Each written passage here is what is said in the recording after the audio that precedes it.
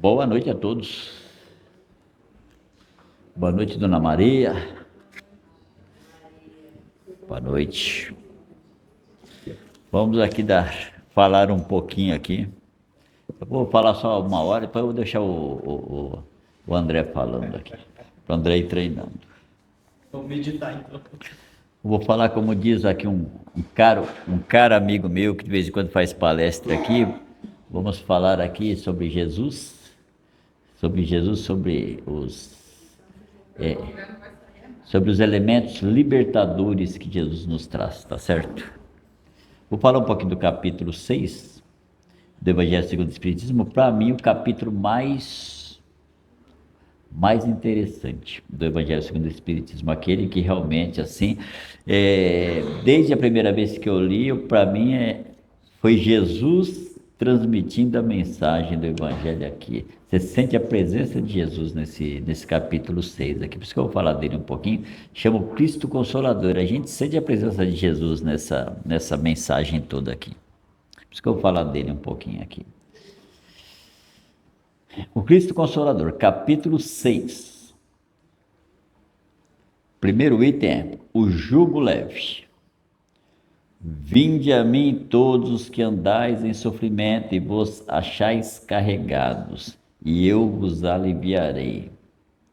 Tomai sobre vós o meu jugo, e aprendei de mim, que sou manso e humilde de coração, e achareis descanso para as vossas almas, porque meu jugo é leve, e o meu jugo é suave, e o meu fardo é leve. Está em Mateus capítulo 9, versículos de 28 a 30. Vinde a mim todos os que andais em sofrimento e vos achais carregados, e eu vos aliviarei. É interessante que Jesus não falou assim, eu vou te curar. Jesus não falou assim, vinde a mim quem está cansado, quem está... Não, ele não falou assim, eu vou te curar. Ele falou assim, eu vos aliviarei. É bem diferente de que eu vou te trazer a cura, né? Então é muito diferente, aliviar e trazer a cura. É o que acontece, você vê no tratamento de segunda, nem sempre a pessoa consegue a cura total, a pessoa consegue aliviar, consegue melhorar. Muitas vezes, eu lembro que eu ia numa casa espírita lá na Penha, chamava Francisco de Assis lá, fui lá mais de anos lá. E era assim, o mentor falava o tempo todo, que ele tratava a pessoa e vamos dizer que a pessoa estava com um problema muito sério, que precisava ser curado. Então vamos dizer que ele curava 75% e deixava 25%, que era aquilo que a pessoa que estava precisando tinha que fazer a parte dela, né? Então ele não podia curar tudo, tirar toda a dor da pessoa, porque senão a pessoa facilitava, entendeu? Então, deixe um pouquinho para a pessoa estar lembrando daquilo, para que ela vá aos pouquinhos mudando, né? Porque se você chega na pessoa toda doença, você tira um segundo, as pessoas não... É engraçado, né? As pessoas, essa semana mesmo eu tentei ajudar uma amiga aí, aconselhei, fiz orientações, mas é engraçado, as pessoas não querem fazer a parte dela, né? As pessoas querem tudo pronto. Bate uma varinha assim, sabe aquela varinha mágica assim? Bate na cabeça da pessoa e tudo está resolvido, né? Mas não funciona assim. A espiritualidade, ela é sábia, ela vai te curar até onde é permitido e vai deixar um pouquinho para que você faça a sua parte. Isso, eu falo de vocês e falo de mim também, mesma coisa. De vez em quando tem umas dores assim, não sara da...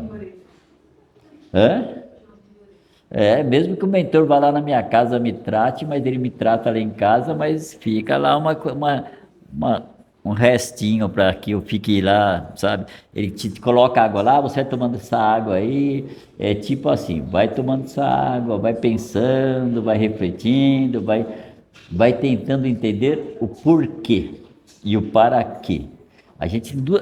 Quando a gente fica doente, a gente tem duas perguntas para fazer. Por quê? Por que eu estou assim? O que aconteceu comigo? e para que está servindo tudo isso, né? Então você tem que perceber que tem o porquê e o para quê.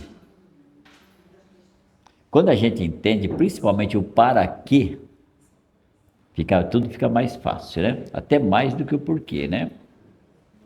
Então Jesus diz: Vinde a mim todos os que andais em sofrimento e vos achai carregados e eu vos aliviarei. Então quando Jesus fala que todos os que andais em sofrimento e vos achais sobrecarregados, é de se pensar, né? Qual de nós não está dentro desse conjunto, né? Lembra que a gente aprende na escola pública lá? Né? Tem um conjunto que você coloca tudo lá dentro, né? Quem de nós não está nesse conjunto? Quem de nós não tem alguns dias de sofrimento na vida? Aliás, é mais fácil achar os dias que a gente não tem sofrimento, né? Os que a gente tem sofrimento é uma quantidade muito maior, né? E quem de nós não se acha sobrecarregado de vez em quando? Quem de nós, né? Eu fico pensando nisso. Eu mesmo, olha, de vez em quando eu tô meio assim, sabe? Como fala naquele negócio, lá no interior, né? Tô meio lá meio banzaró, né? Estou lá meio banzaró, como fala uma música aí, né? Estou meio banzaró, fico assim, né? Pô, às vezes a gente fica meio cansado. E às vezes até de fazer as mesmas coisas, a gente está fazendo até coisas boas, mas você tem dia que você não está no pique, né? Você fala, puxa vida, hoje, né? Às vezes você vai meio carregado, assim. Depois você chega à conclusão que valeu a pena. Mas na hora de sair para ir, você fala, puxa vida, podia ficar hoje em casa, né? Podia assistir uma televisão, um filminho, não é não? Um filminho, uma sériezinha, um desenho, mas, mas você acaba saindo e vai, né? Porque a gente sabe que aquilo é importante, né? E a presença da gente é importante, né? Porque muitas vezes uma pessoa que falta numa atividade na casa espírita, duas, já faz diferença. Já tem que mudar a logística, mudar a forma como trabalha, como atua, né? E assim vai indo. Então, quem de nós não está sobrecarregado de vez em quando? Só o irmão Giovanni que não fica sobrecarregado. Tudo bem, filho? Vai falar? Pode falar. Esteja à vontade. O André ele vai falar um pouquinho depois, eu vou deixar ele falar para os 5 minutos, que ele está com vontade de falar hoje. Vou deixar ele falar um pouquinho hoje. É melhor você tirar a barba, André. Preste atenção no que eu vou falar, né?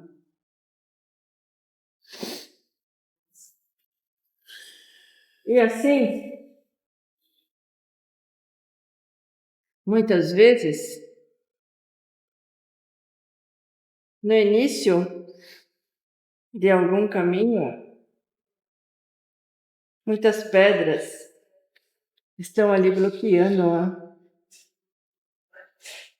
Todo início é muito difícil, porque somos os nossos próprios obstáculos. E essas pedras que estão aí impedindo esse início, todos podemos tirar. Mas é tão difícil dar o primeiro passo, ultrapassando essas pedras, né?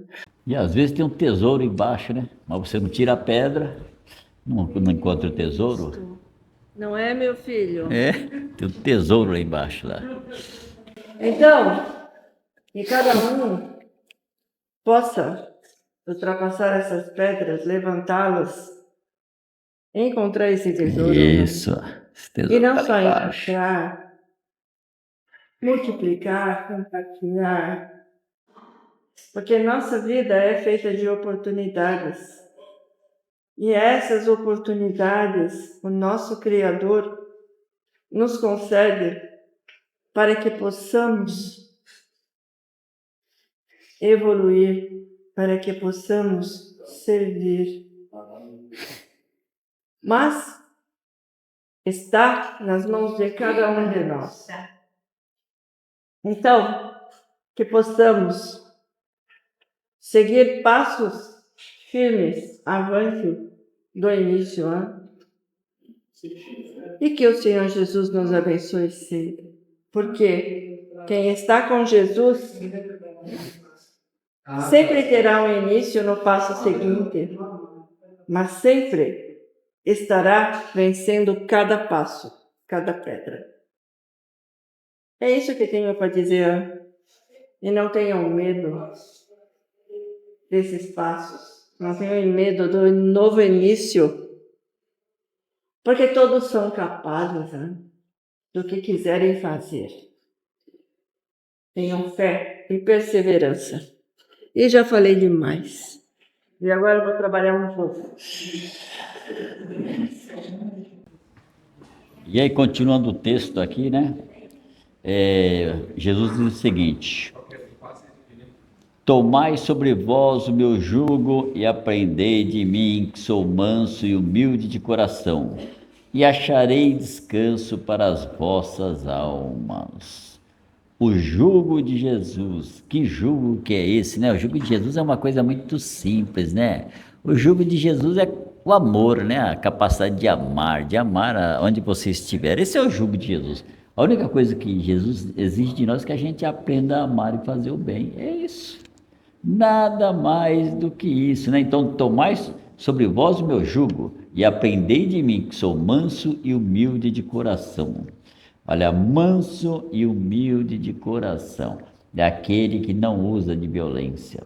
Jesus nunca usou de violência, sabia? Jesus nunca entrou no lar de uma pessoa que ele não fosse convidado. Jesus nunca obrigou ninguém a acreditar no que ele falava. Jesus não ia batia na porta da casa da pessoa e falava assim: olha, vocês têm que acreditar em mim porque eu sou... Não. Jesus não fazia isso. Jesus esperava as pessoas se aproximarem. Então, quando as pessoas se aproximavam, quando as pessoas precisavam dele, ele se apresentava. Mas ele não invadia a vida de ninguém.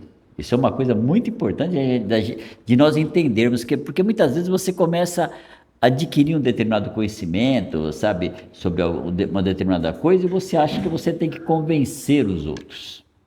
Aí você senta numa mesa de domingo para almoçar, você quer convencer todo mundo, sabe, fica aquela coisa chata, né?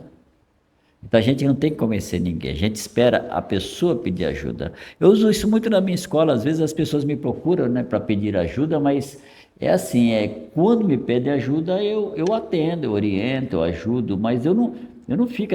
Às vezes a pessoa fala assim, tal pessoa está com problema, mas eu não vou lá na pessoa e falar, você está com problema, eu quero te ajudar. É difícil eu fazer isso. Só se eu tiver muita amizade com a pessoa e sei que eu vou ser bem recebido, senão eu não faço.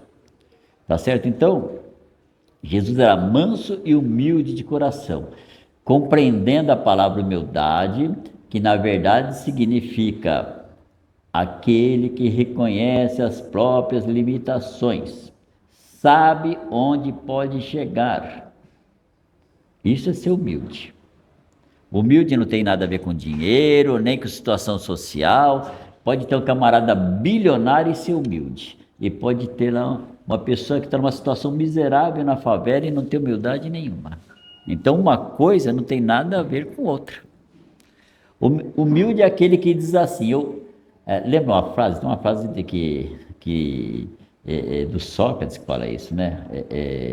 Quanto mais penso que sei, mais sei que nada sei, né? Essa é uma frase, né? Que mostra muito isso, que isso é ser humilde, você reconhecer, porque quando a gente olha para o universo, é tão grandioso. Às vezes eu falo isso para minha esposa, você pega uma árvorezinha desse tamanhozinho assim, ó, tem mais seres vivos do que seres humanos na Terra inteira. Uma árvorezinha. É uma coisa engraçada. Você pega uma casa de formiga, tem mais gente talvez do que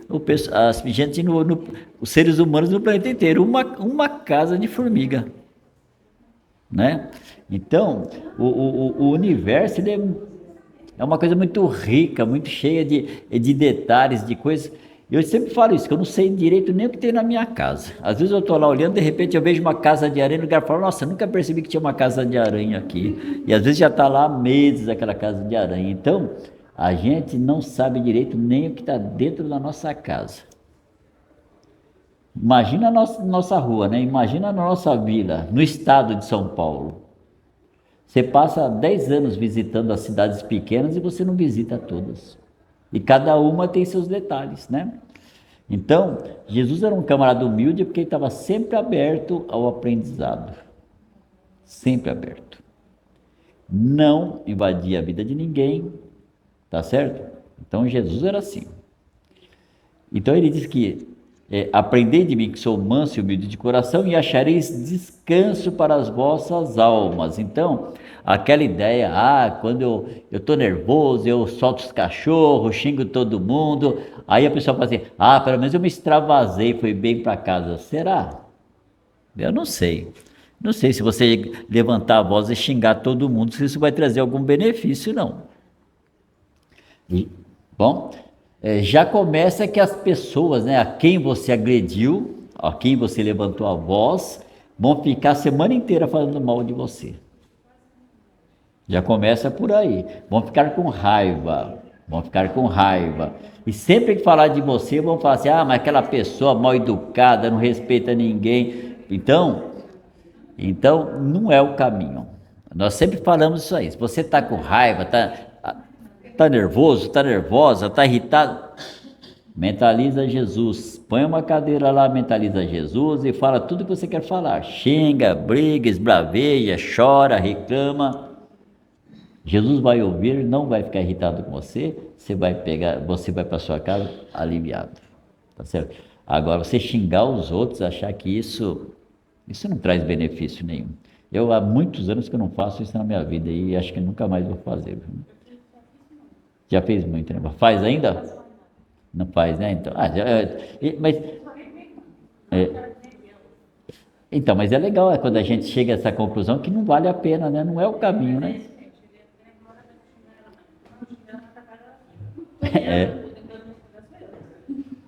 Então, não vale a pena.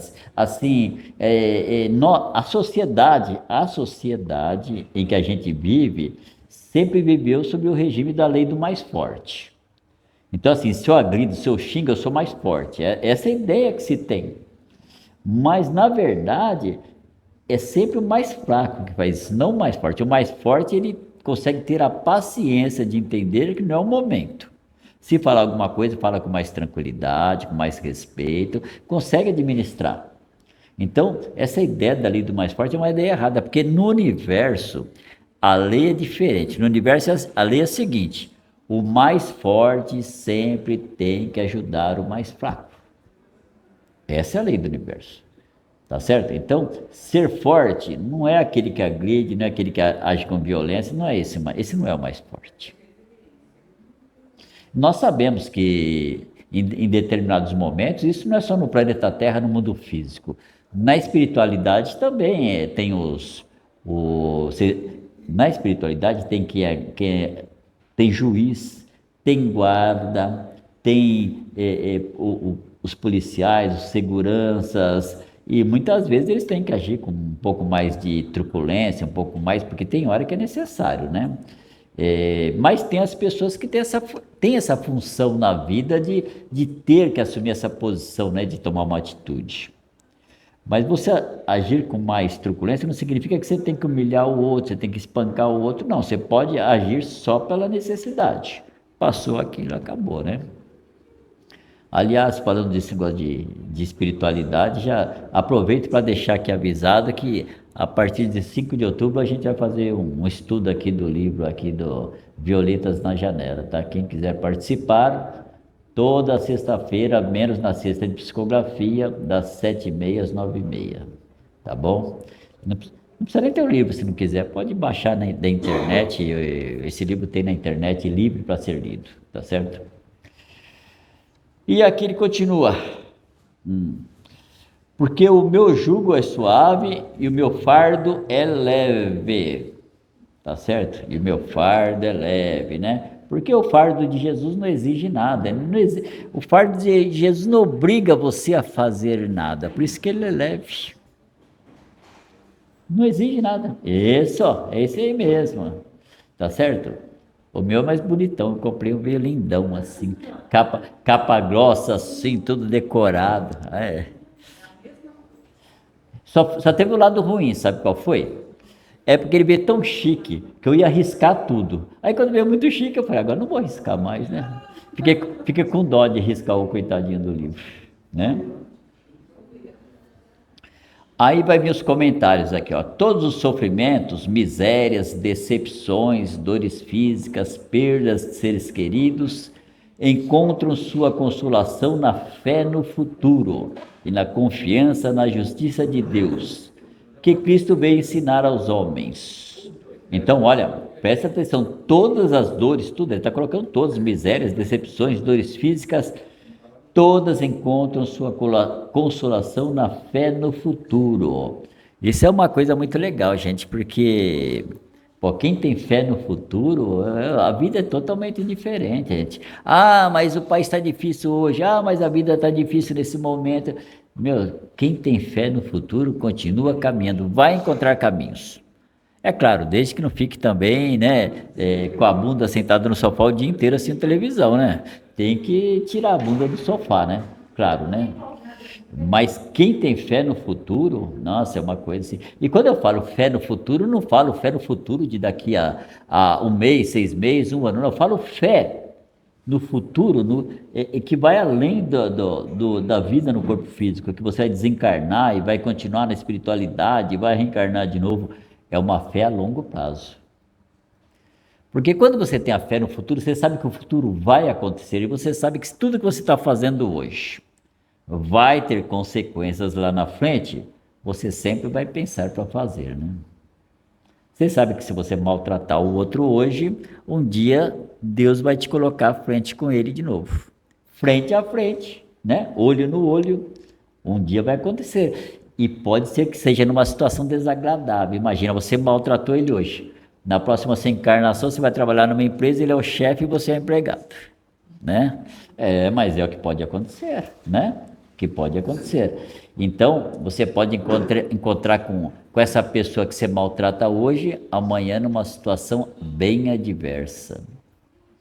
Aí você vai falar assim, mas por que o meu patrão, ele age assim só comigo, ele age legal com todo mundo, mas comigo ele só fica pegando no pé, né? Por que será, né?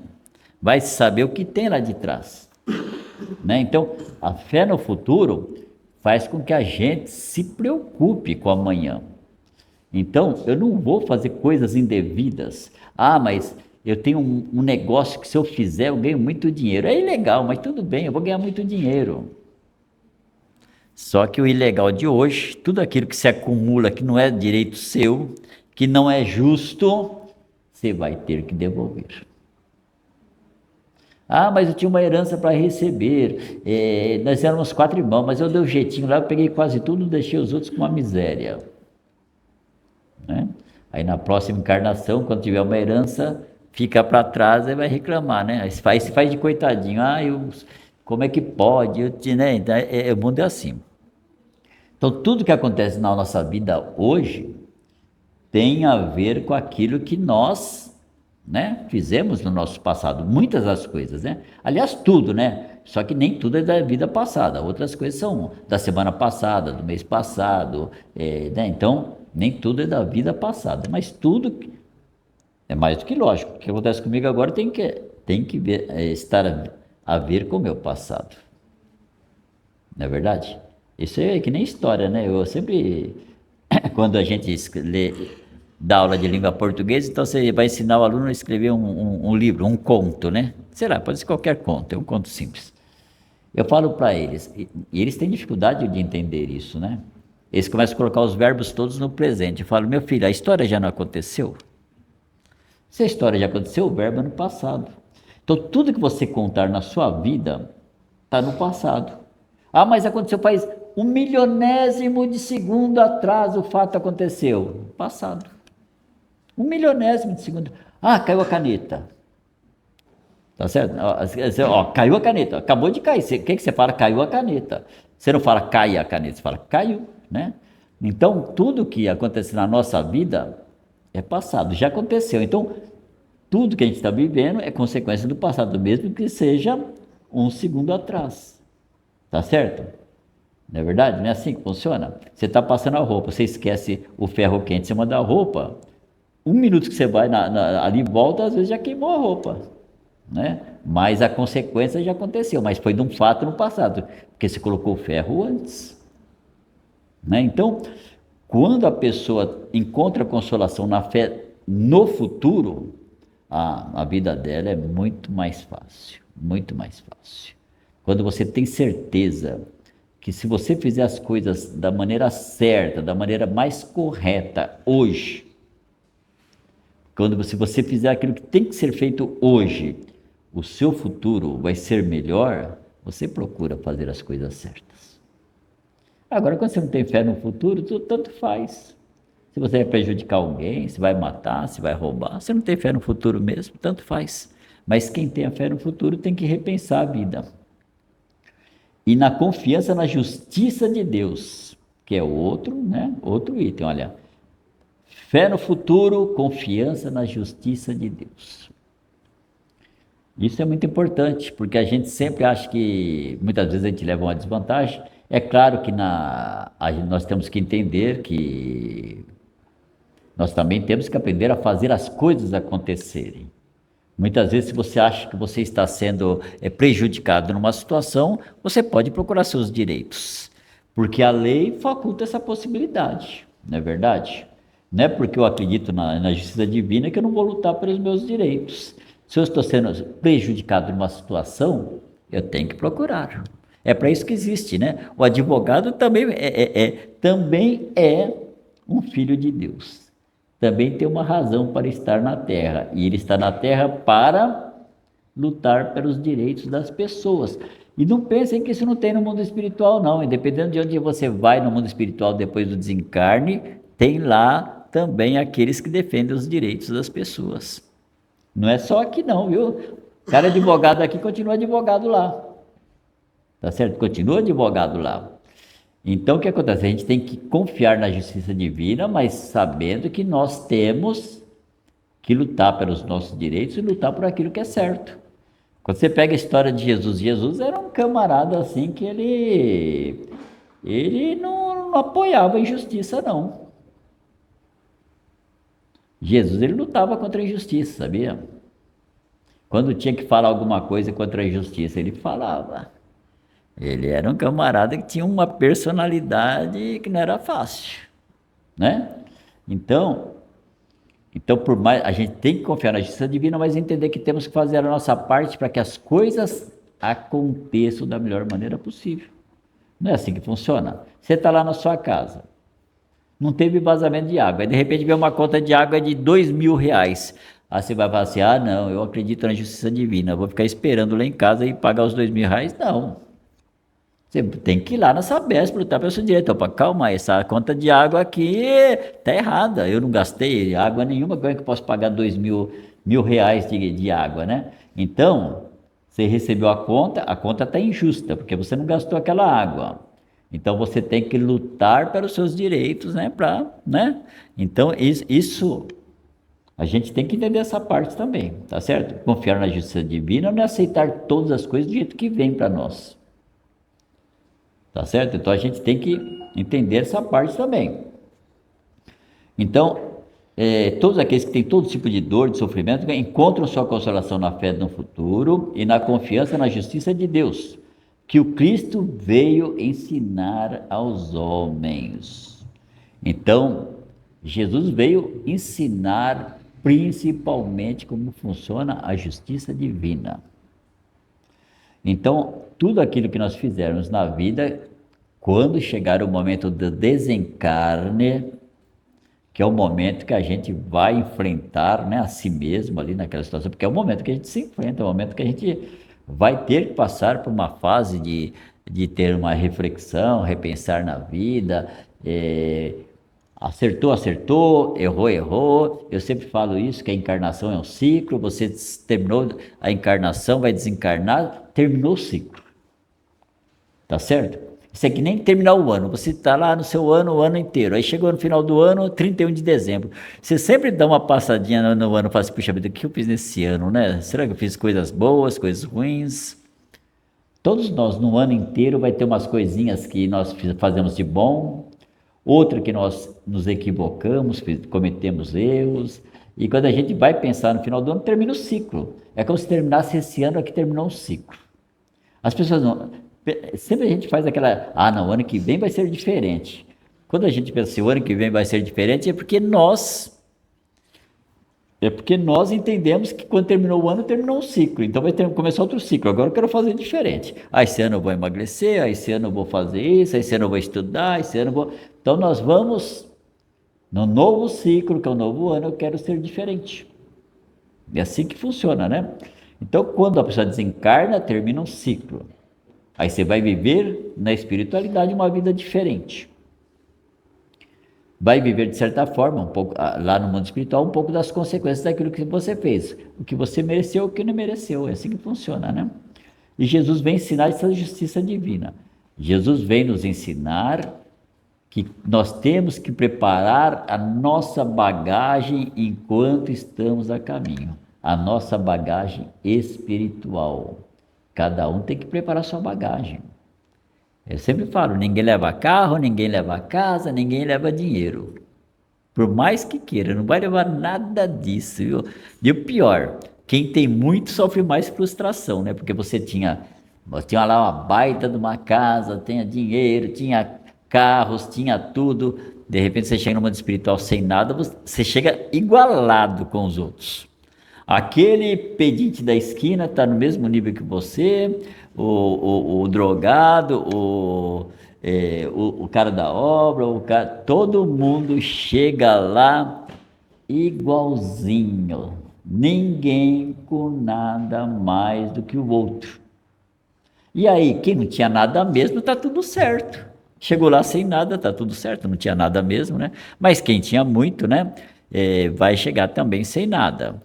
E aí entra aquela questão do apego, né? Se você não era apegado, tá tudo bem, você vai chegar no mundo espiritual, tudo bem, ficou lá, agora eu vou seguir minha vida, vou fazer outras coisas, vou caminhar, né?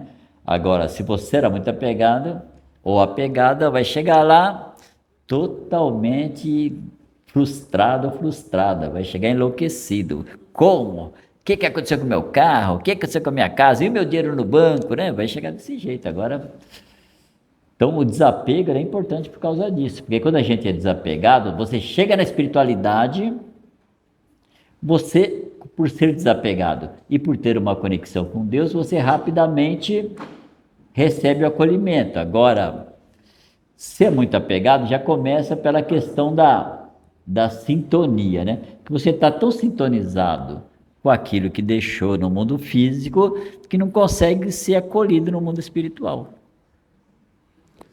Que as pessoas sofrem com essa ideia, né? Mas e se eu for para o umbral, né? Aquele sofrimento, né? Normal. Quem tem conhecimento e tem conexão com Deus, sai do umbral a hora que quiser. Porque é muito fácil sair do umbral. Né? Agora, se a pessoa não tem conhecimento, não tem preparação, vai ficar lá um bom tempinho lá até aprender. A vida é assim, não sabe, tem que aprender, fica ali, né? Deixa eu dizer, sobre aquele que, pelo contrário, nada espera após esta vida, ou que simplesmente duvida, as aflições pesa com todo o seu peso, e nenhuma esperança vem abrandar sua amargura. Eis o que levou Jesus a dizer: vinde a mim, vós todos que estáis fatigados. Então, quem não acredita na vida futura, quem não tem fé no futuro, a vida pesa muito mais,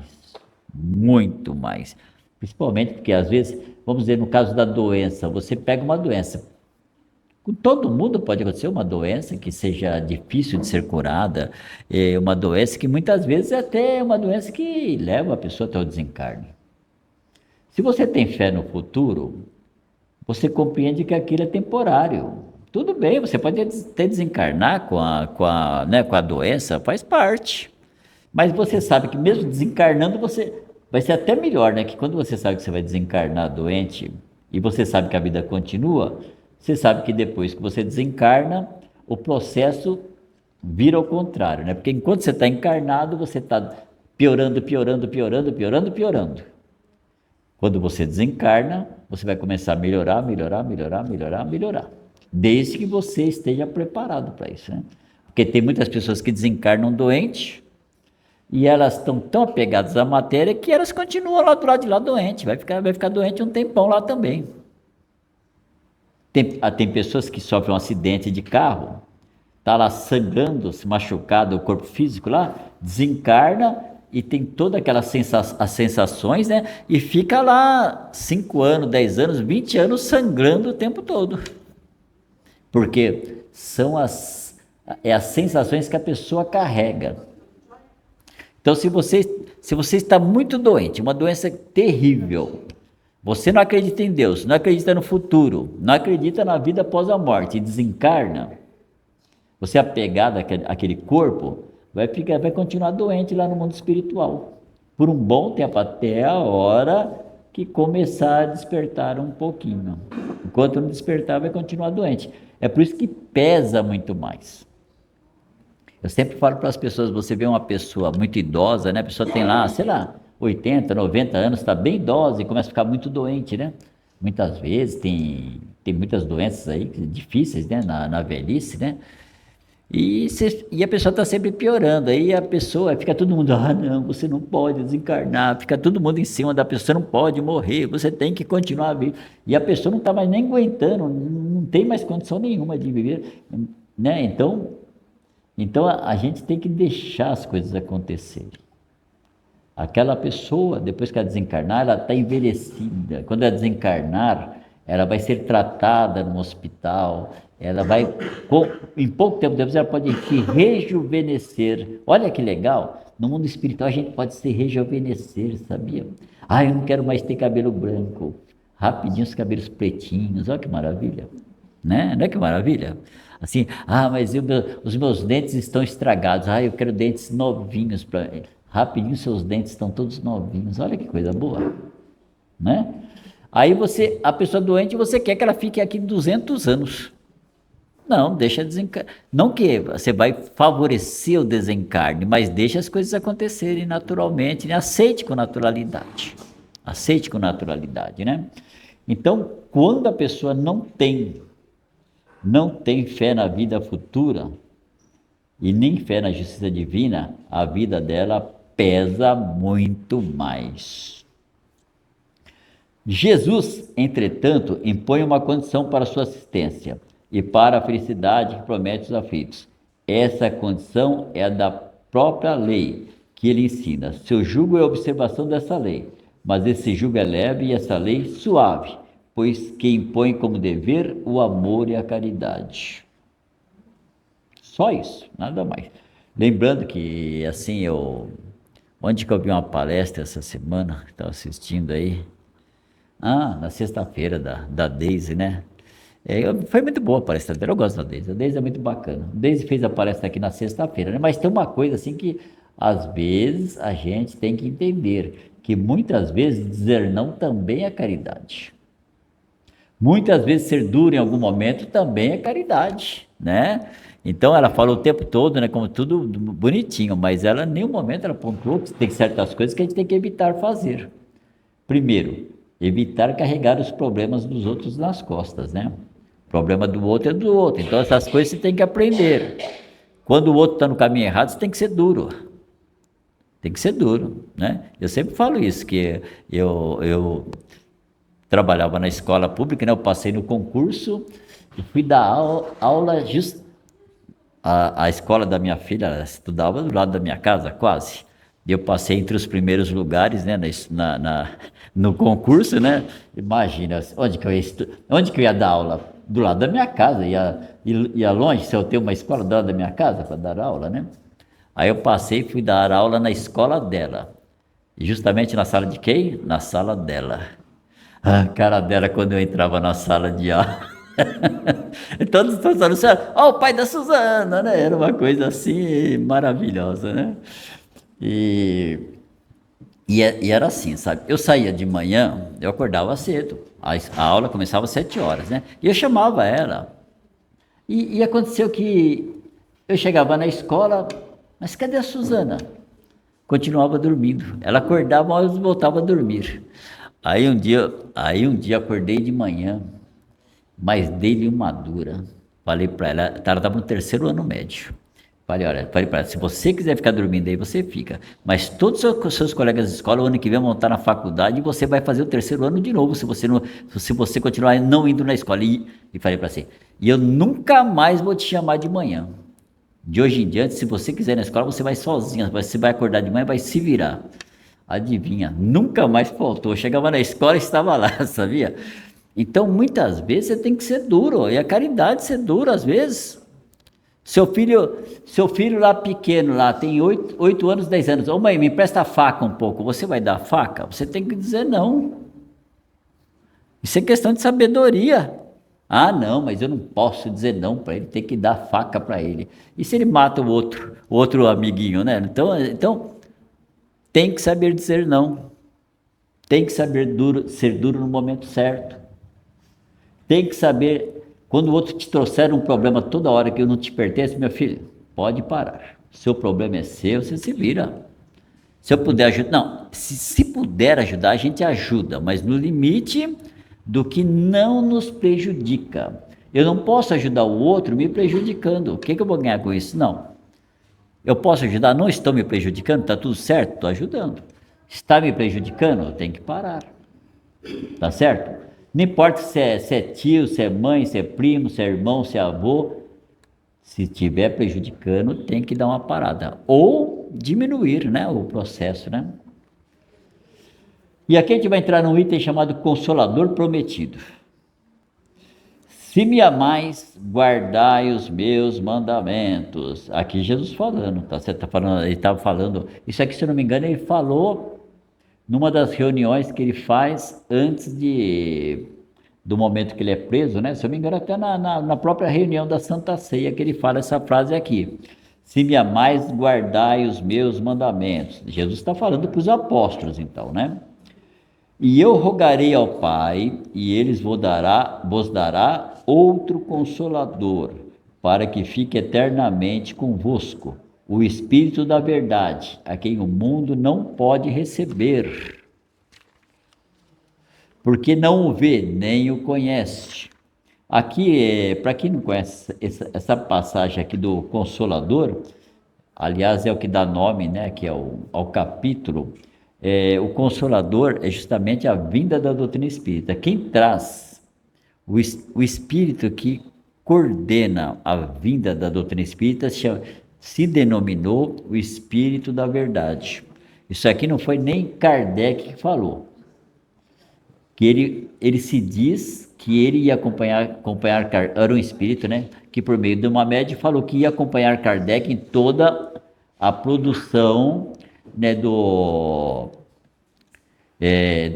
da doutrina espírita, né? E quando Kardec pergunta quem é, ele fala simplesmente, sou Espírito da Verdade, ou Espírito Verdade.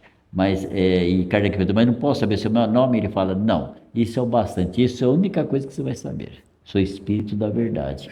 E Jesus fala aqui, quando Jesus faz a promessa, porque Jesus sabia que ia desencarnar, Jesus era um camarada assim, fantástico, ele sabia tudo o que ia acontecer com ele. Ele sabia que ia desencarnar, sabia que ia ser preso, sabia que ia passar por aquelas situações, sabia que ia ser crucificado. E aí você vê a grandeza, né? Ele poderia chegar e dizer, não quero, eu não quero passar por isso não, vou sair fora, estou fora, esse negócio aí não é comigo. Mas não, ele aceitou aquilo com naturalidade, porque Jesus tinha essa fé no futuro. Aliás, quando a gente estuda a espiritualidade, isso é legal de entender. Quem não estuda, às vezes não sabe disso, mas quem estuda a espiritualidade entende que tudo que está na espiritualidade está no futuro. Assim, Nós estamos na terceira dimensão, tem a quarta, tem a quinta, tem a sexta, tem a sétima, tem planetas que tem a oitava, a nove, a décima segunda dimensão. E assim, cada dimensão está relacionada a um tempo. Então, quanto mais você vai subindo de dimensão, mais no futuro está. É por isso que consegue ver o futuro. Quando você está lá na sexta, sei lá, sétima dimensão, é como se estivesse no alto da montanha vendo tudo que está acontecendo lá embaixo. Então, a espiritualidade está no futuro em relação a nós. É por isso que toda a tecnologia primeiro acontece lá. Se você chegar, mesmo na quarta, não precisa nem ser na quinta dimensão, na quarta dimensão, que a quarta dimensão se divide em, eles dividem em 3 regiões, né? E a região mais alta da quarta dimensão é chamada de quarta dimensão fina. E nessa região há muito tempo que já tem o computador quântico lá. Hoje a gente está começando a ter isso aí, né? Já tem, né? Mas para chegar no povão, né, que é nós, olha, pode esperar muito tempo, hein? Mas lá já tem muito tempo. Lá tem lugar lá que tem lá cientistas também, que eles montam e preparam as tecnologias que vão ser lançadas na Terra. Então, ou o que eles fazem com essa tecnologia? Ou eles inspiram ou intuem, né, alguém que é cientista e que tem um pouco de mediunidade para produzir aquilo que eles produzem lá, ou às vezes reencarnam já com todo o processo pré-determinado. Eu vou nascer para fazer isso, e já está tudo certo já. Então é o futuro. A espiritualidade, quanto mais para cima você está subindo no futuro. Então eles sabem tudo que vai acontecer aqui. Então Jesus já sabia de tudo. Sabia de tudo isso aí que iria acontecer com ele. Mas ele estava preparado. Sabe o que é preparado? Preparado para tudo aquilo. Jesus tinha que deixar uma marca na sociedade. Sabe o que é uma marca? É um momento histórico que vai ficar marcado na vida da humanidade. E é isso que Jesus fez. Jesus deixou uma marca histórica. Um momento que ficou marcado ali. Toda a humanidade está marcado com aquele momento que Jesus deixou. Mas como Jesus sabia que ia desencarnar, o que ele fez? Ele sabia, porque pensa bem, estava lá Jesus, estavam os apóstolos. Ali naquela, se eu não me engano, Maria Madalena também estava ali naquele momento lá, né? E o que acontece? Jesus começou a falar que ele ia ser preso e que iam fazer tudo o que queriam com ele. Jesus começa a falar. E aqueles apóstolos começaram a ficar apavorados. Imagina, eles tinham Jesus assim como uma referência da vida. A referência deles, da vida deles, era Jesus. Imagina se Jesus desencarnasse, quem que ia liderar eles? Esse era o pensamento que eles tinham. Eles não queriam que Jesus largasse. Imagina, Pedro mesmo fala, mestre, para com essa conversa aí, você acha que o senhor vai ser preso e vai morrer? Né? A frase de Jesus é muito boa para Pedro, né? Sai de mim, né, Satanás, né? Só que Satanás naquela época não significava o que significa hoje. A palavra Satanás naquela época significava aquele que põe dúvida na cabeça das pessoas. Não tinha nada a ver com esse ser do mal, que luta contra Deus, né? Essas coisas aí que a mente tem que ser muito fraca, né? Para aceitar essas coisas. Então, quando a pessoa vai despertando, ela sai dessas ideias aí. Não tem nenhum ser do mal que batalha contra Deus. Não tem nenhum. Todos são criações de Deus, todos. Não importa quem você possa imaginar, criatura diabólica, o que seja, todos são criados por Deus. A única questão é que são seres que precisam despertar para o amor e para o bem. Ele vai fazendo mal até o dia que ele chega à conclusão que o mal não vale a pena. É igual a minha amiga aí, ó, quando chegou à conclusão que não vale a pena mais ficar xingando e se bravejando com os outros, né? Então, é o que acontece. Esses espíritos que também são do mal, né? Que existem mesmo, né? Aqueles aí que ainda se utilizam da vida para fazer ações indevidas, né? Mas também são espíritos que com o tempo eles vão mudando de lado também. Isso é só questão de tempo. O tempo de Deus é longo. E vai multiplicando esse longo por muitos longos, né? Porque isso vai muito longe, né? E o tempo de Deus espera todos, né? O momento de cada um se modificar e repensar sua própria vida e despertar para o amor, né? Então Jesus, como sabendo que ia desencarnar, e ele sabia que os apóstolos iam ficar enlouquecidos, né, com aquilo, né?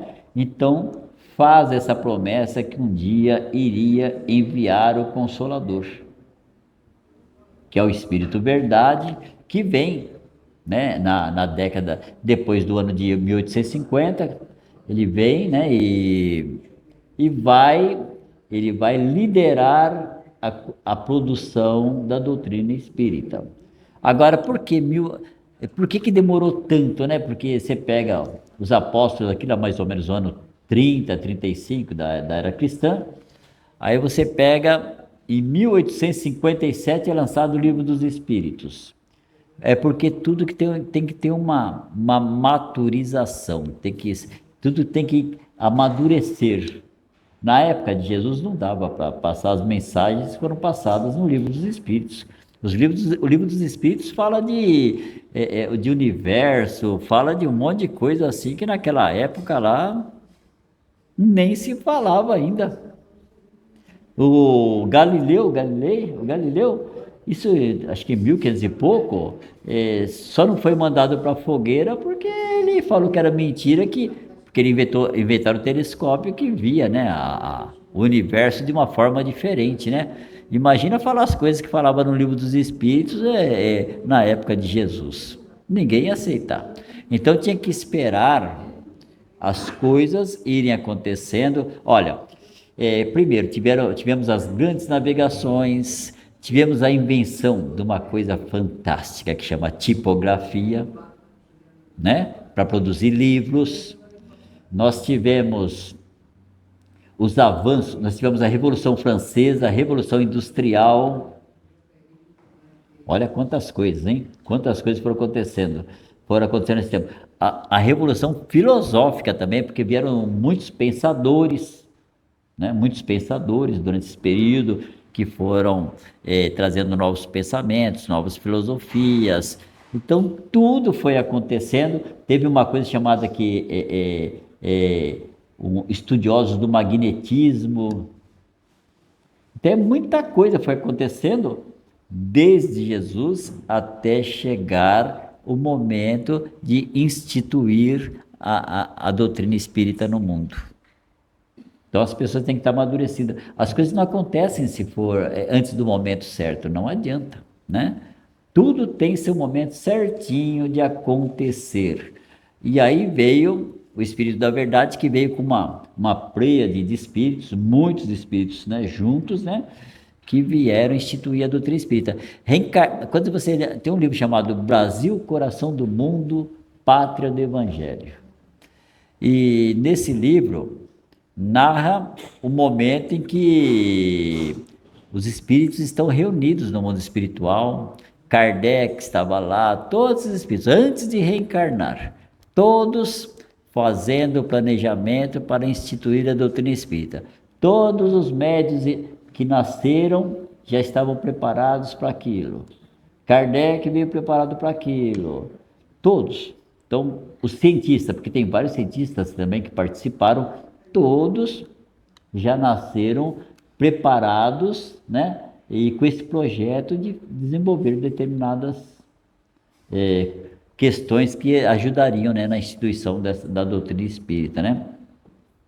E aí ele fala assim, olha, porque ele ficará conosco, estará em vós, porque vai ficar conosco mesmo, porque a doutrina espírita ela é permanente. A doutrina espírita não é uma coisa religiosa para separar as religiões. Não tem esse objetivo. O objetivo da doutrina espírita é assim, que com o tempo, cada vez mais a religião católica vai assimilando os conceitos, a outra religião vai assimilando, cada religião vai assimilando um pouco. Esse é o objetivo da doutrina espírita. Você vê hoje em dia, eu vejo evangélico usando a palavra livre-arbítrio, vejo os católicos, ação e reação, eu vejo falando o tempo todo, são conceitos que a doutrina espírita foi trazendo, né? E hoje em dia, mesmo que eles não assimilem a doutrina espírita em si, mas eles vão assimilando os conceitos. Então, aos pouquinhos, os conceitos vão tomando conta, né, do mundo. A doutrina espírita nunca vai ser a religião principal do mundo, que vai mover multidões. Não vai acontecer isso aí. Mas os conceitos, sim, os conceitos eles vão aos pouquinhos, eles vão sendo distribuídos por outras religiões, por outros espaços filosóficos, e assim vai caminhando. E ele fala assim: mas o Consolador, que é o Espírito Santo, a quem o Pai enviará em meu nome, vos ensinará todas as coisas e vos fará lembrar de tudo o que vos tenho dito. Olha, se Jesus fala que vai lembrar de tudo que ele falou naquela época, é porque algumas coisas ficariam esquecidas ou seriam modificadas, né? E precisavam ser lembradas. Então, quando você pega o Evangelho segundo o Espiritismo, ele é diferente da Bíblia? Não, os conceitos são semelhantes. Só que o que aconteceu com o Evangelho segundo o Espiritismo? O Evangelho segundo o Espiritismo, a espiritualidade retirou tudo aquilo que fosse polêmico, tudo que é polêmico. Mas Jesus foi casado com Maria Madalena. Mas como é que tiraram o corpo de Jesus lá da caverna onde foi colocado? Tudo que é polêmico foi tirado do Evangelho segundo o Espiritismo. Para não ficar essas discussões, sabe, que não levam a nada. Eu vejo lá quando assisto o Discovery, eu acho engraçado que aqueles camaradas ficam discutindo umas coisas, né? Fica um programa inteiro, sabe, falando cada coisa, que chega no final, não traz nenhum benefício para ninguém. Eu sei que tem cientistas que dedicam a vida, né, a estudar certas coisas, e tudo bem, a gente concorda, mas a doutrina espírita, o objetivo dela é retirar tudo que seja polêmico. Porque se você não consegue definir se uma coisa aconteceu assim ou assado, ninguém consegue ter o argumento que define isso. Vai ficar o quê? Para que vai ficar conversando aquilo o tempo todo? Não tem função nenhuma. Não é verdade? Eu vi esses dias lá falando assim, que Jesus teve 2 filhos, será que você faz parte da linhagem, né, de Jesus? Eu falei, primeiro que eu não acredito que Jesus teve filho, porque se ele tivesse filho, isso, primeira coisa, já ia atrapalhar a caminhada dele. Quando você tem uma tarefa que é muito complexa, você vê o Chico Xavier. Chico Xavier, ele não se casou justamente porque ele não podia casar. Se o Chico se casasse, ele não faria nem metade do que ele fez. Tanto que, assim, tinha umas pessoas que falavam para o Chico, Chico, você precisa casar, você está sozinho aí, não tem ninguém para conviver com você, né? As pessoas falavam para ele, né? Há um dia, ele chegou pro Emmanuel e falou, Emmanuel, acho que eu preciso casar, hein? O Emmanuel falou assim, vai lá na porta lá. Aí tinha uma fila de gente, sabe? Falou assim, você já é casado, Chico, presta atenção nessa fila de gente que precisa de você. Se casasse, não fazia. Tanto que você vê que o Gandhi, ele teve uma esposa, o Gandhi, tudo, né? Ele era um advogado, estudou na Europa, tudo, mas ele se liberta de tudo aquilo lá. Mas ele continuava casado, ele tinha uma esposa. Um dia ele chega para a esposa dele e fala assim, olha, mulher, de hoje em diante você está livre. Pode fazer da sua vida o que você quiser. Por quê? Porque o que ele estava fazendo não dava mais para ficar, não tem como ficar. Quando você tem uma atividade muito exigente, não dá para você viver casado, é muito difícil. Claro que o Bezerra de Menezes foi casado, mas teve uma vida que era diferente da do Chico. Bezerra de Menezes tinha família, tinha filhos, convivia mais em família, mas dependendo da missão que você tem, se tiver filho, não dá.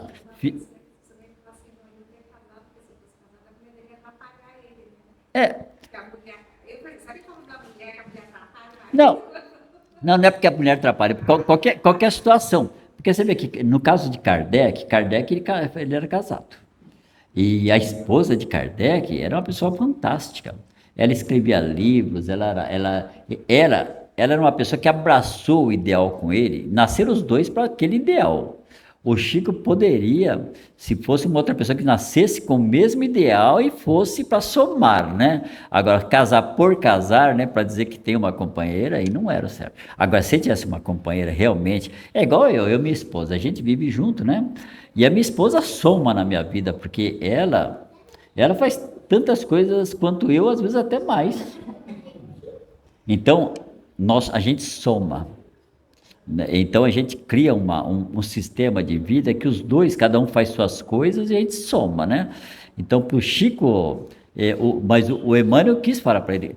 Na verdade, assim, o Emmanuel quis dizer o seguinte: você não nasceu para casar, você nasceu para cuidar das pessoas, né? Você entendeu? Então, é isso que quer dizer, porque ele não tinha nascido para casar, né?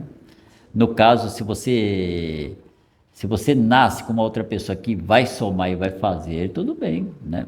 E olha que a esposa do Gandhi, acho que era uma pessoa fantástica, sabia? Ela fazia, você vai analisando a história dela, era uma pessoa que contribuía com a vida dele, mas ele chegou uma hora que ele estava em outra vibe. Ele não tinha mais aquele pensamento de vida de casado, sabe?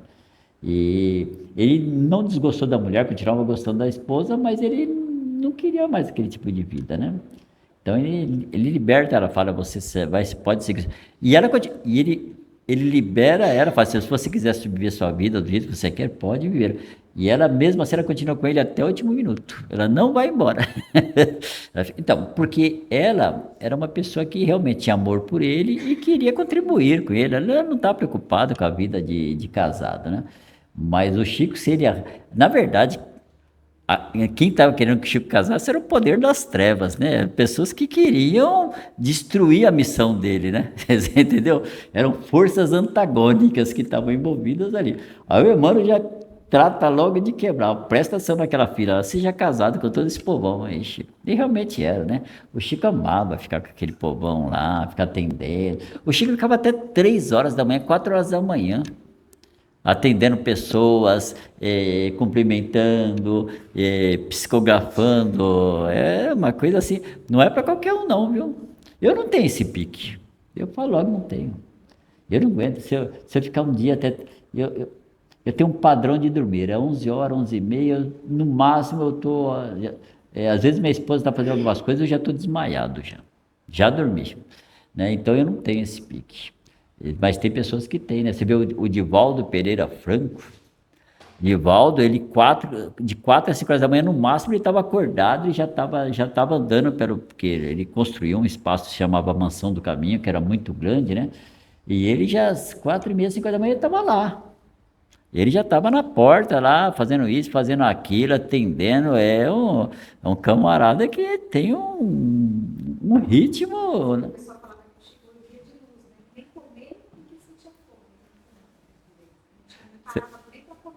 Você sabe que tem uma história dele de comida que é muito interessante, sabe? Porque ele tinha muitos problemas de saúde, viu? O Chico tinha muitos problemas de saúde.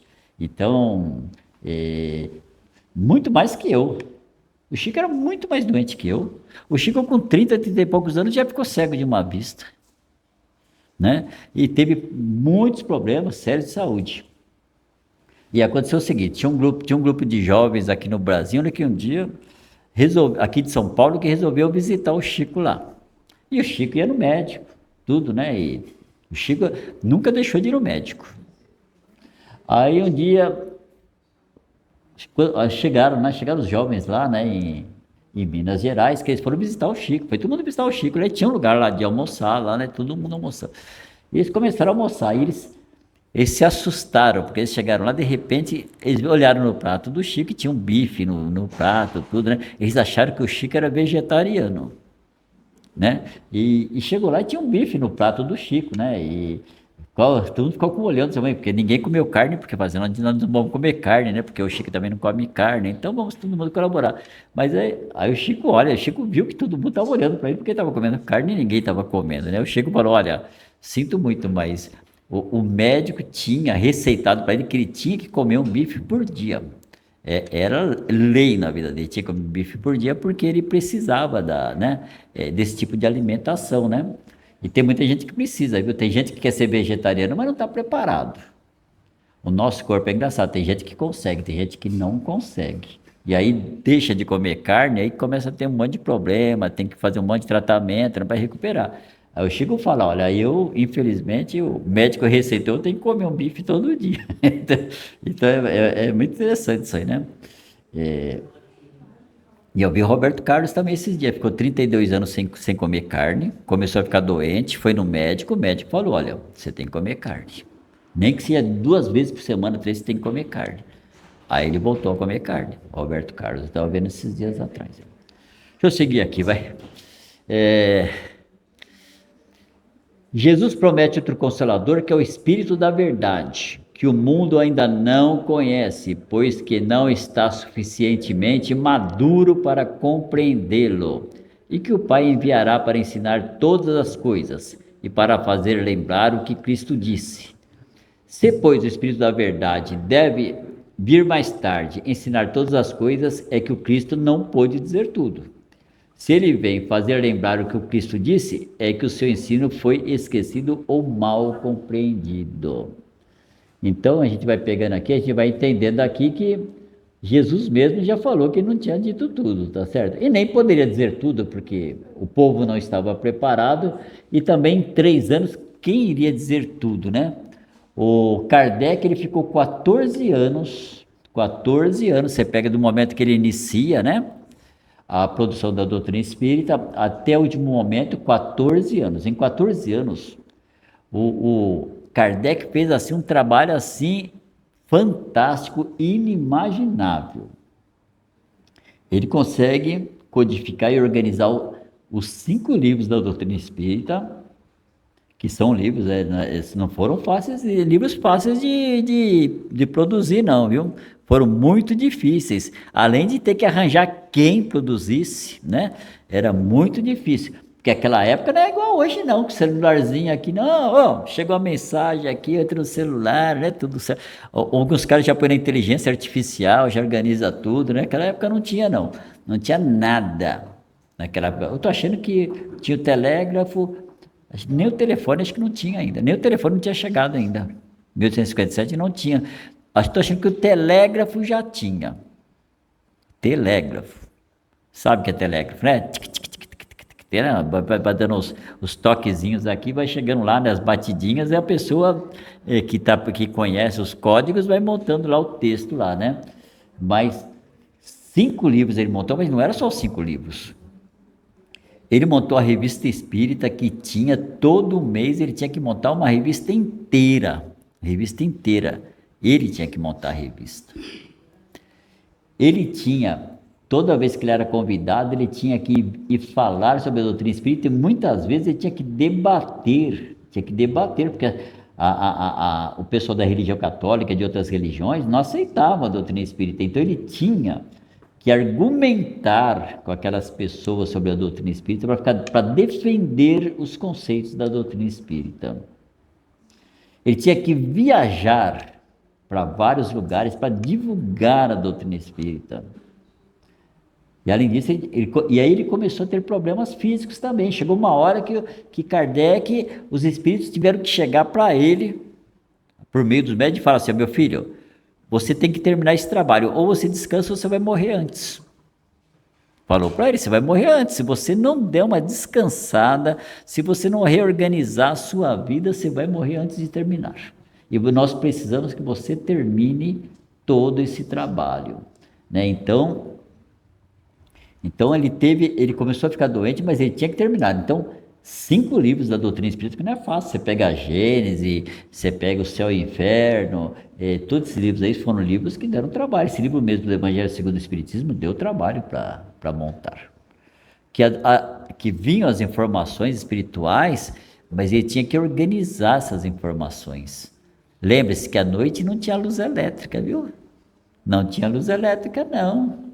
Era aqueles negocinho que tinha, lamparina, eram lamparinas à noite. Ele ficava à noite lendo com aquela lamparina. Não tinha sequer óculos naquela época. Você tinha uma lente para você ficar naquela lente, olhando ali, o texto ali.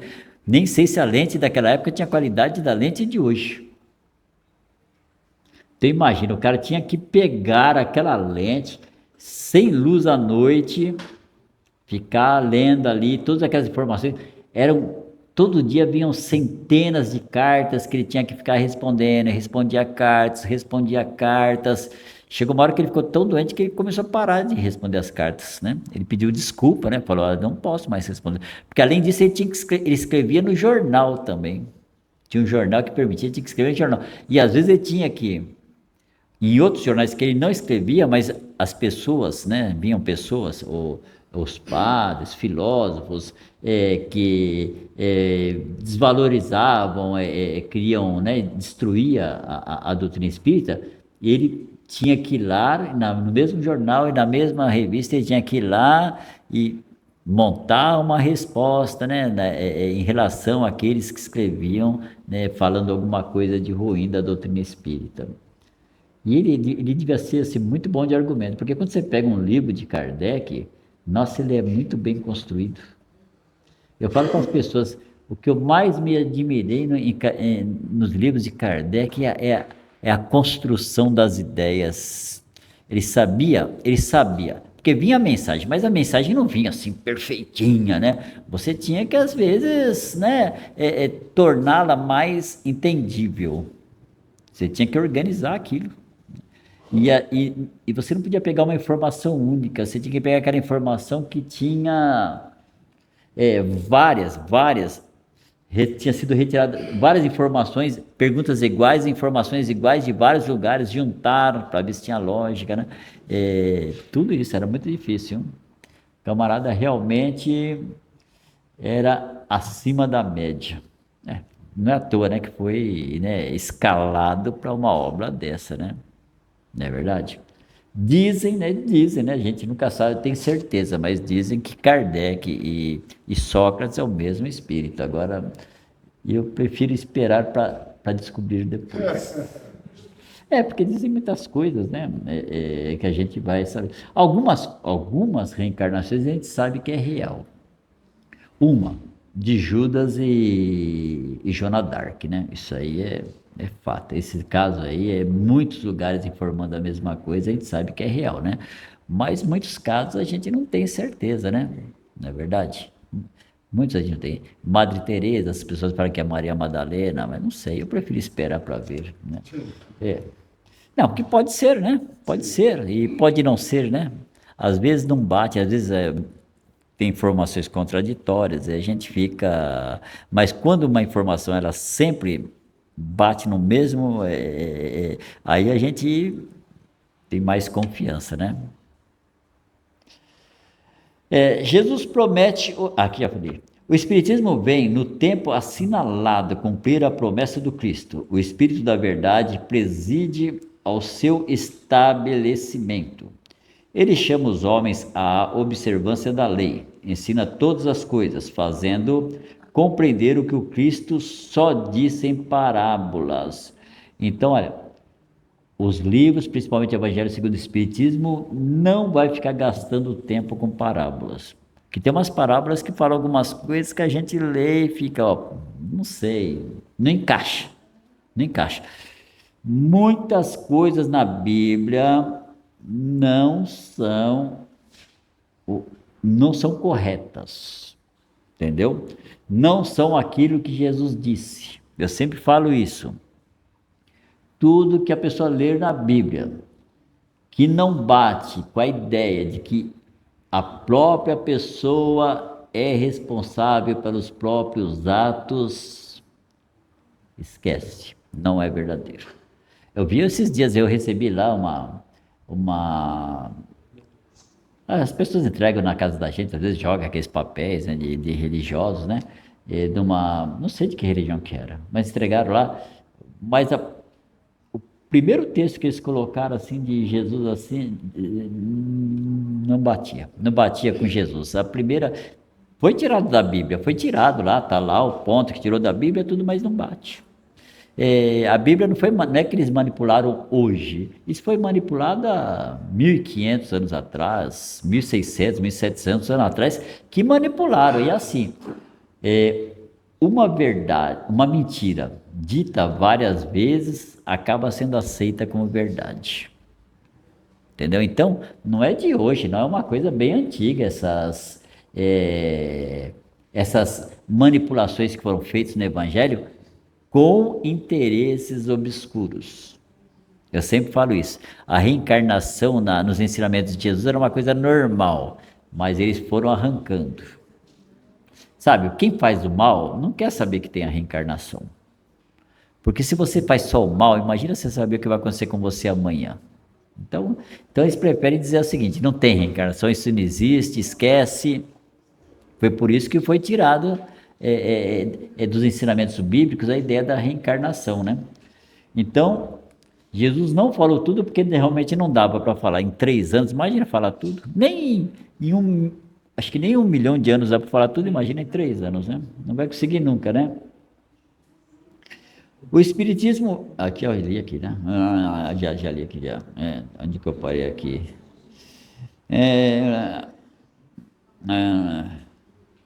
O Espiritismo vem abrir os olhos.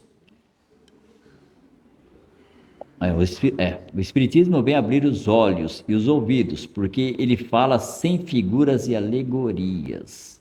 Levanta o véu propositalmente lançado sobre certos mistérios e vem por fim trazer uma suprema consolação aos deserdados da terra e a todos os que sofrem, ao dar uma causa justa a um objetivo útil a todas as dores. É interessante, porque antigamente, quando eu era garoto, né, as pessoas falavam daquelas... Meu pai mesmo falava, minha mãe falava, aquelas coisas do interior que realmente acontece mesmo, aquelas ideias de mula sem cabeça, né? Minha mãe falava que o pai dela um dia viu um lobisomem, né? Todas aquelas coisas. Não, mas duro que ver mesmo, sabia? É uma coisa assim tão interessante. Quando você vai estudando a base das coisas, a lógica das coisas, você sabe que vê mesmo. Vê mesmo, porque assim, o que a gente aprende? Tem pessoas que têm evidência e enxergam. E lá no mundo espiritual, os espíritos que têm um pouco de conhecimento, eles conseguem... o nosso perispírito, que é quando a gente sai do corpo, a gente segue com o perispírito. O perispírito, ele é plástico, tem plasticidade, ele pode ser moldado. Então, se você tem medo de lobisomem, e o espírito, você sabe que você tem evidência, ele quiser, ele se plasma, ele se modifica com a aparência de um lobisomem, aparece para você, para te assustar, entendeu? Ele consegue entrar no seu pensamento e saber do que você tem medo. E aí ele se apresenta. Por que tem pessoas que dizem que viu o diabo?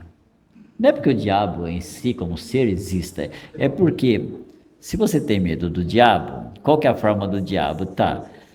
Eu sei que você tem medo, e sei que você enxerga o que os outros não enxergam.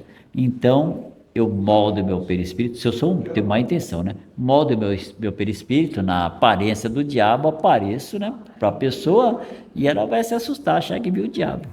Só para você ver como é que funciona na espiritualidade, isso é muito interessante. O que acontece? A pessoa é uma pessoa que tem muito medo na vida, ela tem muito medo, passa a vida inteira com medo. É aquela pessoa que seguiu a religião e tem medo porque as pessoas ensinam para ela que tem o diabo, que tem isso, que se a pessoa fizer o mal, que vai para lá e vai ser condenada, né? E aí o que acontece? Ela assimila isso e ela tem um medo.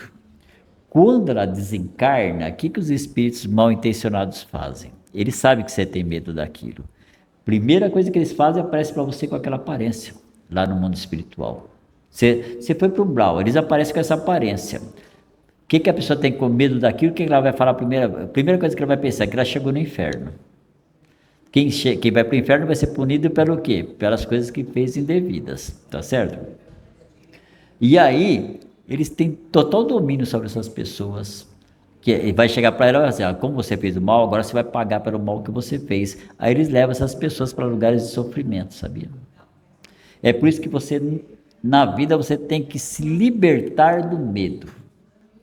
Tem que se libertar do medo. Não tenha medo de nada, não tem. Quem acredita em Deus, quem acredita em Jesus, não tem que ter medo. Por isso que eu falo para você que é muito fácil sair do umbral. Você chega no umbral, não importa que apareça para você. Se você se conectar com Deus, com Jesus, não tem, você está super... Aliás, se você tem muita luz, ninguém vai nem se aproximar de você. Viu? Se você tem luz, meu filho, os espíritos do umbral, área. Mas eles sabem quando a pessoa tem sentimento de culpa, porque quem tem sentimento de culpa tem uma vibração diferente, tem uma energia diferente. Então, eles conseguem perceber isso aí. E aí, eles vão fazer o julgamento da pessoa. Entendeu? E eles têm espaço onde eles têm juiz, tem advogado, tem tudo. E eles fazem o julgamento, sabia? Só que a pessoa sempre vai ser condenada, esse que é o problema. Sempre vai ser condenada, não tem saída. Porque aí eles condenam a pessoa e o que eles fazem? Eles fazem troca. Você está condenado, mas para você sofrer menos, você tem que fazer isso para nós. Entendeu? Por isso que às vezes eles levam algum espírito para casa de uma pessoa que está doente, que está isso aqui, e depois dentro da casa da pessoa. E o espírito fica lá.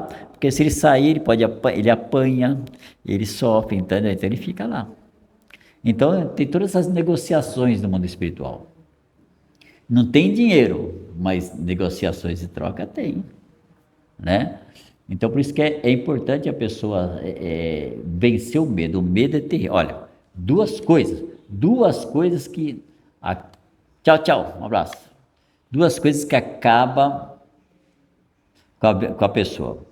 Medo e sentimento de culpa. Essas duas coisas, se você não pode ter.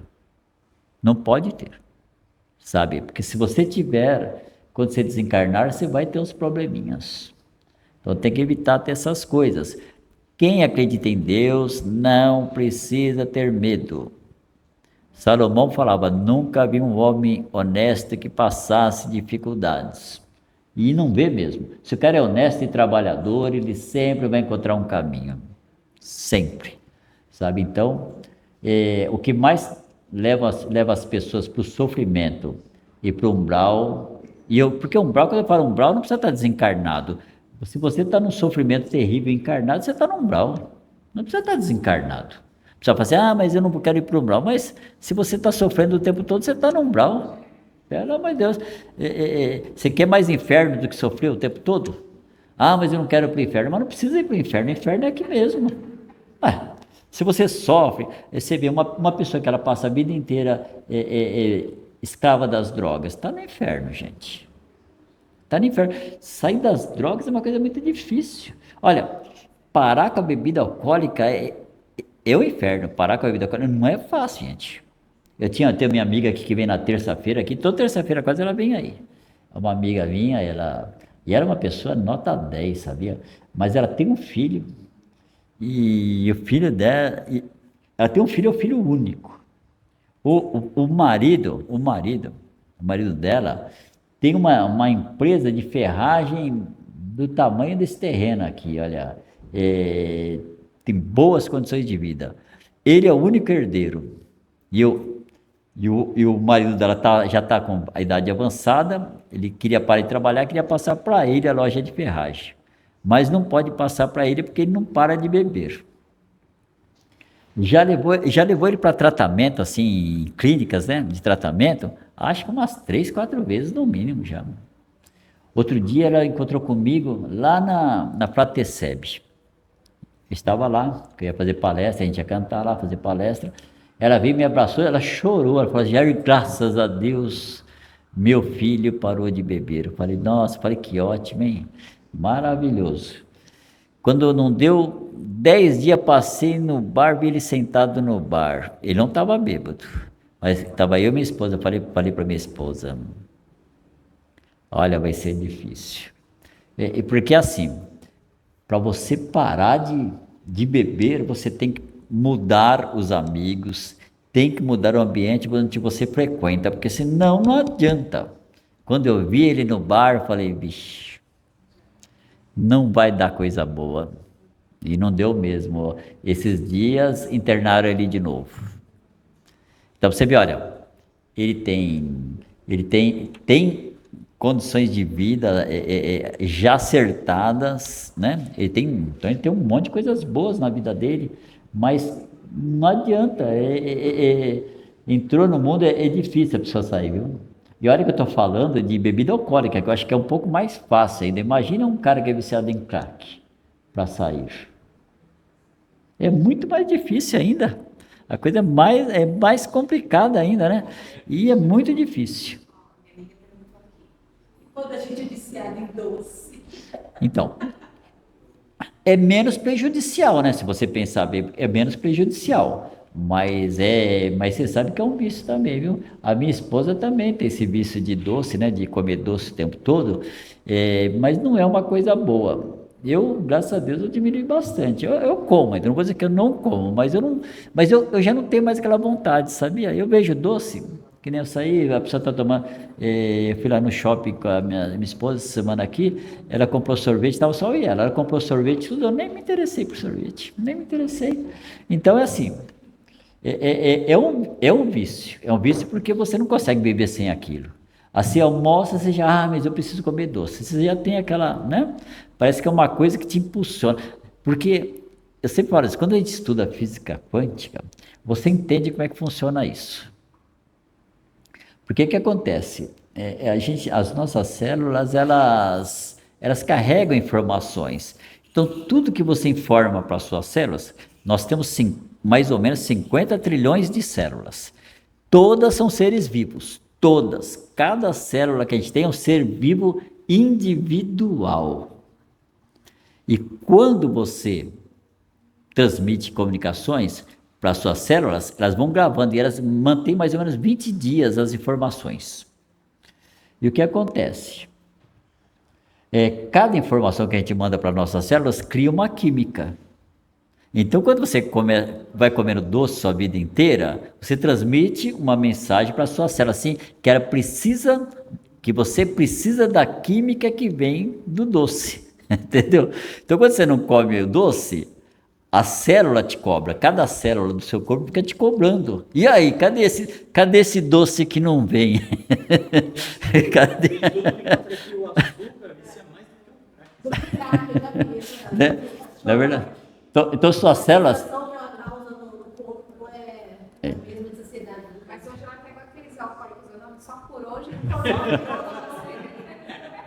Você imagina 50 trilhões de células para você assim, cadê esse doce aí? Cadê o doce, né? É abstinência, é a célula te cobrando. Se você começar a aguentar uns 15, 20 dias, as informações que vai para as células começam a diminuir. Não, mas não é sem comer. Viu? Mas não é sem comer. Você pode ir diminuindo aos poucos. Hoje eu vou comer menos, amanhã menos. Você pode ir diminuindo aos poucos. Só funciona no 880. Ou eu corto de uma Aí eu consegui diminuir bastante. Eu já tomo quase café.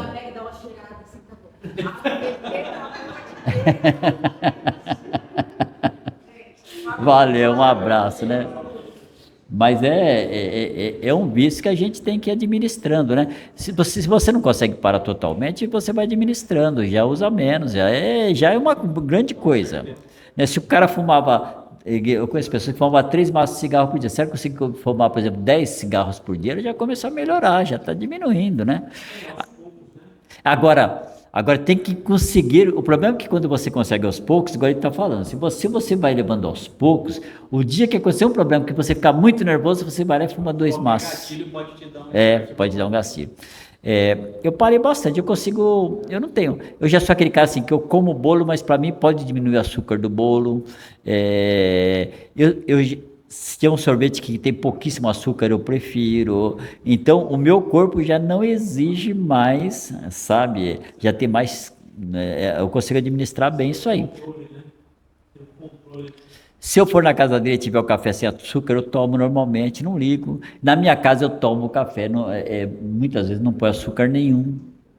Você entendeu? Eu consigo administrar isso. Se você me der um café muito doce, eu já Parece grátis. Nossa, aquilo já não me agrada mais, sabe? Então é assim, no açúcar dá para fazer isso, aí você administrar um pouquinho melhor, porque não é uma coisa tão prejudicial assim que como a droga, né? Se fosse uma droga, a droga ela é difícil, a droga se você usar um pouquinho é difícil, né?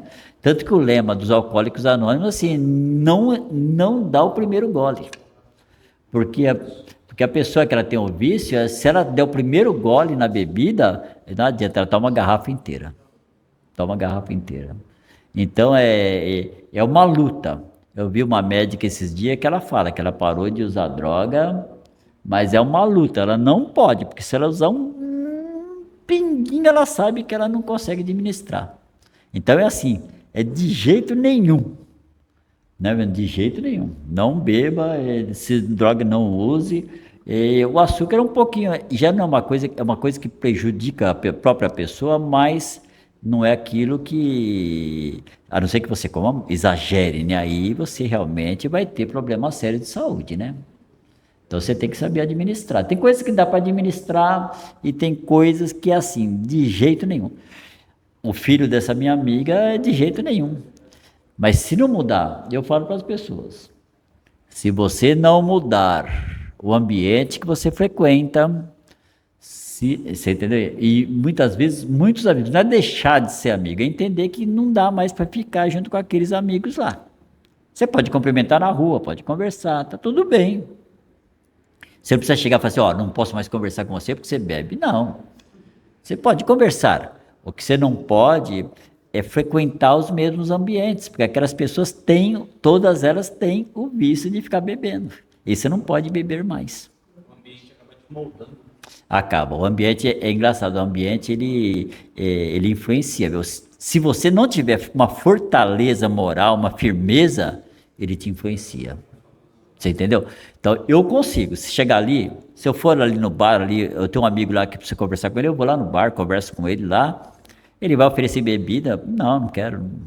Eu consigo, entendeu? Mas quem não consegue, eu sei disso porque a família do meu pai e os irmãos dele, todos morreram na bebida. Todos. A bebida venceu todos eles. E aí tem uma coisa assim que é legal, né? Que a minha família, apesar do meu pai beber, dos meus tios, nenhum de nós seguiu no caminho da bebida, nenhum. Todos conseguiram, sabe, superar. Porque geralmente quando o pai bebe, geralmente boa parte dos filhos acabam assimilando o mesmo caminho, né? A influência do ambiente. Né? E nós conseguimos toda a família, olha que são 8 irmãos, hein? Não é um, não, 8. Nenhum. Não é que não bebe nada. Você pode beber lá meio copo de vinho no domingo, uma latinha de cerveja numa festinha, mas todos conseguem administrar, sabe, sem se perder, né? Mas tem famílias que não é assim. Tem famílias que se o pai bebe, os filhos acabam todos bebendo, sabe? É muito difícil. Eu vejo na escola, que eu trabalho com escola, e você vê que muitos alunos assim que a família, os pais usam drogas, o pai usa droga, ou a mãe usa droga, você vê que os filhos... Tchau, tchau, tchau, um abraço. Você vê que os filhos geralmente se perdem também nas drogas, sabia? Quando os pais usam drogas. Principalmente se a mãe usa droga na época que ela está grávida, se aquele espírito quer reencarnar por ela, né? Se ela usa droga quando a criança está ainda no ventre, se aquele espírito na vida passada era um espírito que já tinha tendência para a droga e a mãe usa droga, quando ele está no ventre, vixe, é muito difícil. É que nem fumar. Se o filho já vinha de vida passada, ele fumava na vida passada, aí a mãe está com o filho no ventre e fuma, pensa bem, é bem difícil, hein, meu? O espírito já vem assim, numa situação assim, bem, né? Uma impressão já. Já vem, ele vai assimilar, porque tudo que a mãe faz vai para o ventre, vai para a criança que está no ventre. Se você, é que nem ele fala, se a mulher está grávida, ela come demais açúcar, já a criança no ventre já está começando a sentir a presença do açúcar. É coisas que às vezes a gente não pensa, mas é real isso aí. Minha filha lá na Austrália, ela tem 2 filhos, né? E ela raramente ela dá açúcar para os filhos, raramente. Só que eu tenho uma festinha lá, tem um bolo, ela dá, é de vez em quando, sabia? Leite, assim, ela dá sucrilhos, essas coisas de criança de manhã, só sem leite. E elas gostam, sabia? Comem tudo, não dá para acreditar, não tem gosto nenhum. Para minha percepção, não tem gosto nenhum, mas as crianças comem, não reclamam não, sabia? Então o que a gente consegue tirar disso? É que se você pode ensinar seus filhos a não ser viciado no açúcar, né? Pelo menos é fazer a sua parte de tentar fazer com que isso aconteça, né? Porque realmente, na minha família lá, o pessoal gosta de açúcar. Na casa da minha mãe, você que você era bolo todo dia. O dia que não tinha bolo era doce de abóbora, doce de figo, arroz doce. Todo dia. Todo dia tinha. O complicado é que a gente associa, né? O doce ao gostoso e o amargo ao ruim, né? Então acaba que meio que instinto, né? E eu gosto do amargo, sou aquele cara que gosta de rúcula, gosto de almeirão, jiló. Para mim, as coisas amargas, para mim, são ótimas. Eu gosto, sabia? Para mim, São os mais benéficos, né? tem um ditado que o cara falou na internet outro dia assim, comida amarga, vida doce. Comida doce, vida amarga. Mas o cara falou essa frase aí, eu guardei de tudo que eu li dele, eu guardei essa frase aí. Comida doce, vida amarga. Comida amarga, vida doce. Eu não chegaria ao extremo disso, né? Que tem certos momentos, sim, que você quer comer um docinho lá, você come. Eu acho que é assim. A gente precisa dividir as coisas. Se você tiver com vontade de comer uma coisa também, muita vontade também, numa festa, você está numa festinha, você não está comendo doce, mas você está com vontade de comer um docinho, não come. Eu lembro um caso, vou contar um caso para vocês que é muito interessante. Eu tenho uma amiga, ela é vegana, e está morando lá em Santos. Um dia ela mandou uma mensagem para mim, mas uma mensagem muito fora do padrão de tudo que você possa imaginar. Ela disse que ela passou mal à noite, mas ela estava muito ruim. Ela foi numa festa, ela ficou muito ruim, muito doente, e ela deitou para dormir. E ela disse que de repente, ela disse que ela viu eu entrar no quarto dela, de branco, e mais duas pessoas vestidas de médicos. E ela falou, Gério, tá você, Gério, mais duas pessoas vestidas de médicos. E ela falou assim, você que estava conduzindo, ela falou para mim. Ela falou, você veio, você cuidou de mim, tratou-me, e vocês me trataram lá à noite, e eu senti tudo que vocês fizeram, eu vi tudo. E eu fiquei, né, nossa, depois daquilo eu deitei, dormi, melhorei demais. Ela contando, né? Mas aí ela foi contando, né, por que ela tinha ficado ruim. Porque ela foi numa festa, né? E ela é vegana, mas aí tinha algumas coisas, não sei se era de carne, de alguma coisa, ela ficou com muita vontade de comer. E ela comeu. Aí ela passou mal. Aí ela conversou comigo, aí eu falei para ela, eu falei para ela, você não passou mal por causa do que você comeu, mas pelo sentimento de culpa que você ficou de ter comido. Se ela tivesse comido com prazer, eu falei, não, eu vou comer porque eu estou com vontade, eu vou comer e vou comer com prazer. Ela não teria sentido nada. Mas quando ela comeu, ela ficou tipo assim, porque assim, ela como vegana ficava falando para todo mundo, você não pode comer carne, então quando ela comeu, foi contra tudo que ela pregava para as pessoas. Então ela ficou sofrendo por ter comido aquilo, aí ela passou mal. Porque é a informação que você manda para o seu organismo. Você mandou uma mensagem para o seu organismo, não, comi coisa que não presta, comi coisa que, sabe, então o seu organismo, né, já está se defendendo, já reage, já defende, né. Falei para ela, não, você ficou doente porque você teve um sentimento de culpa muito grande de ter comido. Se você tivesse comido, não tivesse ligado, você não tinha tido problema nenhum, né. Mas você fica com aquele sentimento de culpa de ter comido. Tá cheio de gente assim que vai comer, eu não posso mais comer doce. Aí come um docinho, ai meu Deus, eu comi um doce, já começa o sentimento de culpa, vai ficar doente. Aí tem o problema de desinteria, tudo. Ah, mas por que eu tive desinteria? Claro, pô.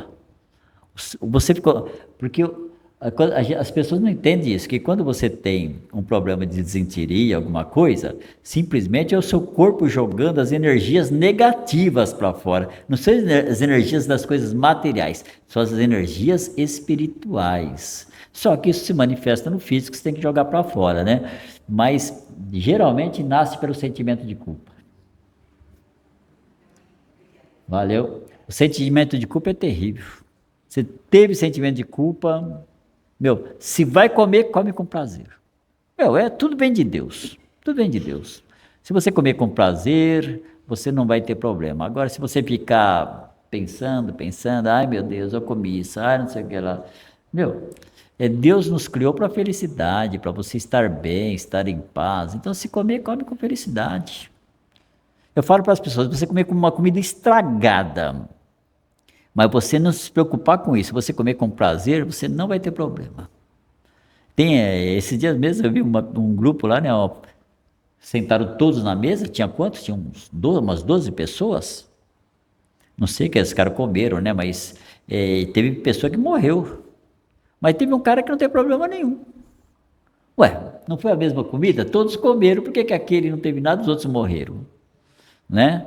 Porque aquele cara lá, ele tinha um pensamento elevado, pensava em coisas boas, feliz, alegre, então ele comeu para ele não fez mal. Os outros, um pensamento muito negativo, né? Às vezes assuntos terríveis. Então você se sintoniza com a coisa ruim, né, meu? E aquilo que é ruim te destrói, né, meu? Agora, o outro, como está com pensamento bom, você transmuta. A gente aprende espiritualmente que você pode transmutar as energias. Então, você tem um bom pensamento, bons sentimentos, você pode comer uma coisa ruim que para você pode até trazer algum probleminha, mas seu corpo assimila. Não é assim a vida. Todos os vírus da nossa vida já estão dentro de nós. A pessoa fala assim, vou usar máscara porque eu não quero pegar vírus. Não precisa, o vírus já está dentro de você já há muito tempo. Está lá já né, tomou conta de você há muito tempo, os vírus. Não depende de você respirar um novo vírus, não. Porque toda vez que você respira 1 milhão de vírus. Não respira um não, é um monte, né? Bom, é isso aí, né?